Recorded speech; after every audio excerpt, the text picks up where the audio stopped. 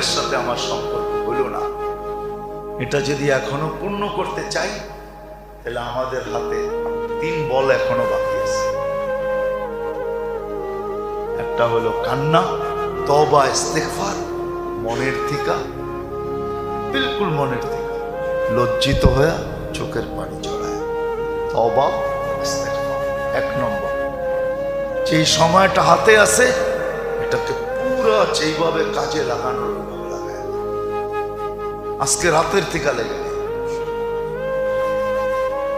8টা রাত্র কমসে কম যেন হাত থেকে না ছোটে। দ্বিতীয়, এটা দিনের বেলা যতটুক 8 দিনের জন্য ছুটি নিয়ে আনে। আর কত দোকানে যাবে, আর কত অফিসে যাবে, আর কত আদালতে যাবে। আছে দুনিয়ার বহুত দেশ আছে আমি চিনি, রমজানের ছুটি 18 রমজান থেকে হয়। কত? হ্যাঁ, শুধু জরুরি সেবা ছাড়া। আমি চিনি দুনিয়ার অনেক দেশ, যেই দেশে 18 রমজান থেকে ছুটি হয়। কয় রমজান থেকে? হ্যাঁ, ঈদের পরের দিন থেকে খুলে যায় না। এই রোজার ঈদ একদিন, ঈদের দিনই, তারপরের দিন আপনি রোজা রাখতে পারেন, শাওয়ালের রোজা 6 রোজা রাখতে পারেন, কোনো নিষেধ নেই। এই ঈদ একদিন, কোরবানি ঈদে 3 দিন, ঈদের পরের দিন খুলে যায়। কিন্তু 18 রমজান থেকে ছুটি হয়ে যায়, শুধু জরুরি সেবা খোলা থাকে। আমি চিনি অনেক দেশ, আল্লাহ আমাকে নিয়ে গেছে ওই সমস্ত দেশে, আমি চিনি এখনো আছে 18 রোজা থেকে ছুটি, যেন সবাই শেষ 10 দিন এতে কাপে বসতে পারে। শেষ 10 দিন আল্লাহর সামনে কান্না কাটি কইরা, হ্যাঁ কি জানি বাংলায় একটা কথা আছে না, চোখে আর নাকে এক কইরা ফেলছে, কি জানি জানেন না? কান্ডা কেটাকে কানছেও আবার নাক দিয়া বাহিরও হয়েছে, এটা জানি কি বলে বাংলায়, না একটা প্রবাদ বাক্য আছে। হ্যাঁ, নাকে মুখে এক করে ফেলছে, নাকে মুখে এক করে ফেলছে, যেন শেষ 10 দিন এরকম কান্না নাকে মুখে এক করে আল্লাহকে রাজি করে ফেলতে পারে। প্রথম তো হলো তওবা, ইস্তেগফার। আর যে কটা সময় আছে কাজে লাগা।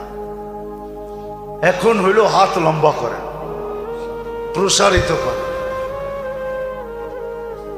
বরকত নেন আল্লাহর কাছ থেকে। আর তৃতীয় হইল ফেতরার ভিতরে বরকত, হাত যত লম্বা করতে পারেন, লিস্টি করেন। যে ওই আপনি বলবেন যতটুক ফেতরা এর চেয়ে বেশি দিলে কি গুনাহ হবে? কোনো গুনাহ হবে না। কে বলছে গুনাহ হবে? আপনি দামি খেজুরের দেন আর আল্লাহকে বলেন দেখেন কিন্তু আপনার লেগা দিতাছি।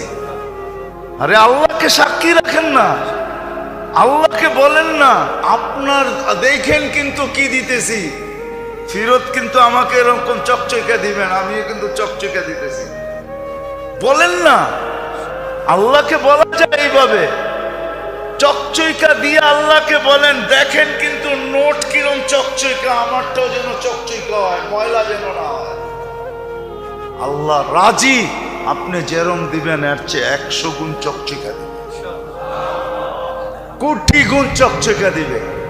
এই জন্য ফেতরা সবচেয়ে যদি সমর্থ থাকে, হ্যাঁ ঈদের দিন সকালে আপনার উপরে ফেতরা ওয়াজিব হইল, এতটুকু মাল আছে আপনার কাছে ঈদের দিন সকালে, যে 55 থেকে 56 হাজার টাকা ঈদের দিন সকালে আপনার কাছে আসছে, তো আপনি 70 টাকা দিতে পারেন। বাকি আল্লাহ যাকে সমর্থ দিছে, মধ্যবিত্ত বলেন আর উচ্চবিত্ত বলেন, যাদেরকে আল্লাহ সমর্থ দিছে তাদের উঁচা থেকে উঁচা ফেতরা দেওয়া উচিত, উঁচা থেকে উঁচা।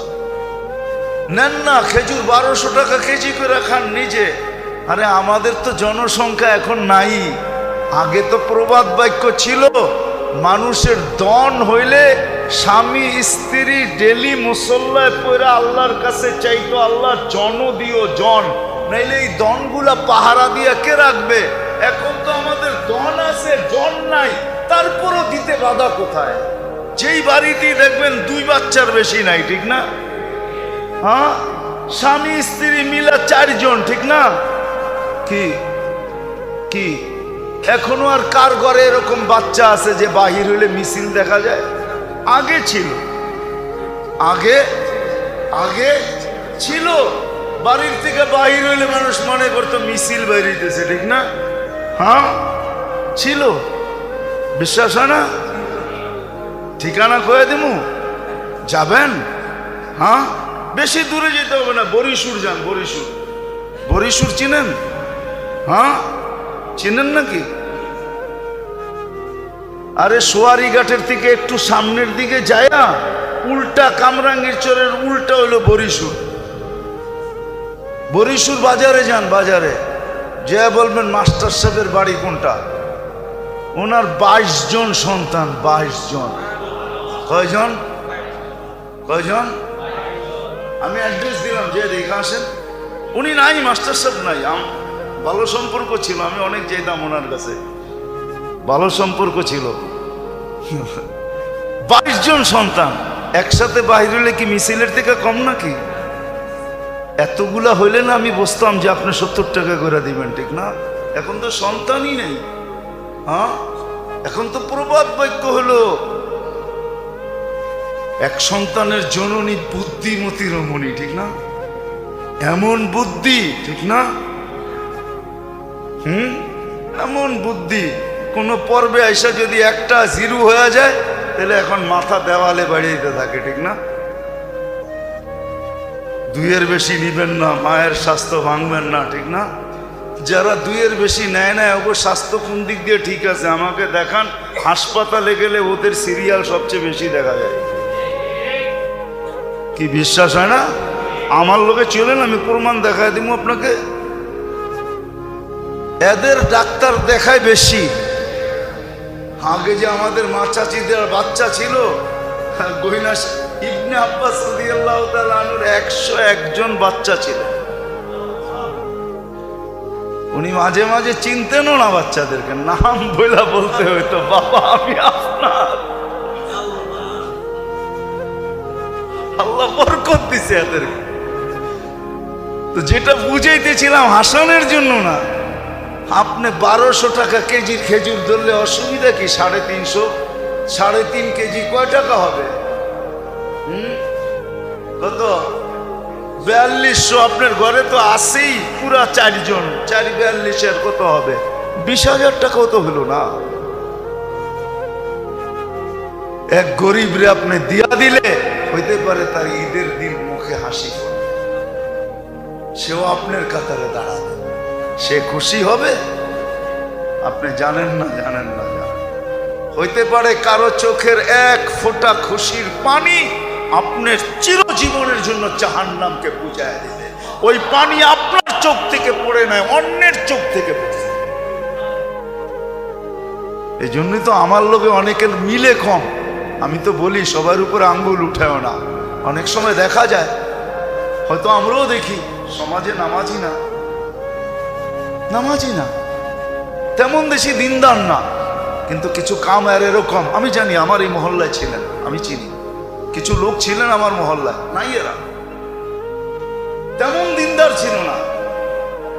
কিন্তু আমার মনে হয়, আমি বিশ্বাস আল্লাহর কাছে বিশ্বাস রাখি, আল্লাহ মনে হয় মাফ করে দিছে। কিন্তু তার কিছু কাম এরকম ছিল, কেউ মেয়ে বিয়ে দিতে পারে নাই, দেখা গেছে চুপে চুপি কালেকশন করে টাকা দিয়ে বিয়ে দিয়ে দিছে। ওই মেয়ে বাসর ঘরে বৈশা যে খুশির পানি চোখ দিয়া ঝরাইছে, আমার বিশ্বাস এই ব্যক্তির জাহান্নাম বুঝা গেছে। এরকম কিছু আমল আছে যেগুলা লুকায়িত থাকে, লুকায়িত। আমি চিনি, আমার এই মহল্লায় কিছু লোক ছিল, কিছু লোক ছিল, কিছু লোক ছিল সারা বছর যেমনই হোক, রমজান আসলে মসজিদ একদিনও ছাড়ে নাই। রমজানের যেরকম পবিত্রতা দরকার ছিল এরকম পালন করতো। কিছু লোক ছিল, আমরা চিনি, এখনো দুনিয়াতে আছে। আসেন, খোদার ওয়াস্তে পায়ে হাত রাখা বলি, 3টা বল এখনো আমাদের হাতে আছে। করবো তো ইনশাআল্লাহ। হ্যাঁ, ফেতরায় সংকীর্ণতা না দেখাই। উপর থেকে চাবি ঘুরাইয়া দিলে কিন্তু কি চেক বাল্ব বলে না, চেক বাল্ব, চিনেন?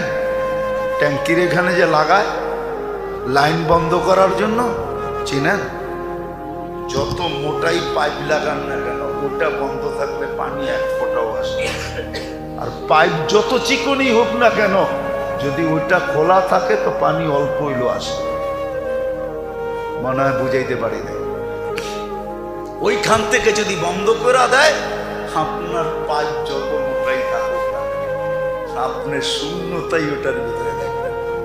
এই জন্য দেখবেন আমাদের দেশের বেশিরভাগ মানুষ জিজ্ঞাসা করলে কেমন যেতেছে, না ব্যবসা বাণিজ্য ভালো না। চাকরি এলাকায় জিজ্ঞেস করবেন কেমন, জিনিসের দাম বেড়ে গেছে না, ভালো না। কিন্তু ওনার আমদানি কম না, বেতন ছাড়াও উপর দিয়া নিচে দিয়া আমদানি কমে নাই। আমদানি কমে নাই, কিন্তু আমদানি না করলে কি হবে, গলায় কোনো দিন পানি লাগে না, শুকানোই থাকে। আলহামদুলিল্লাহ কখনো বলে না। কিন্তু আবার কিছু লোক দেখবেন না খাইও বলে আলহামদুলিল্লাহ ভালো আছে। ওরে যদি জিজ্ঞেস করি যদি না খাই আলহামদুলিল্লাহ, কেন? সুস্থ তো আছি, হাঁটতে তো আছি, চলতে তো আছি, হাসপাতালে তো নাই, কোনো রোগ নাই, ব্যাধি নাই, আলহামদুলিল্লাহ বলবো না তো বলবো কি? খালি পেটে না কিছু নাই, এই জন্য কি সারা শরীরের এতগুলা অঙ্গ সব সুস্থ, খালি এক জায়গায় কিছু নাই, এই জন্য আলহামদুলিল্লাহ বলবো না, এটা কেমন কথা? আসে আল্লাহ আমাদেরকে বুঝারও তৌফিক দেখ। আর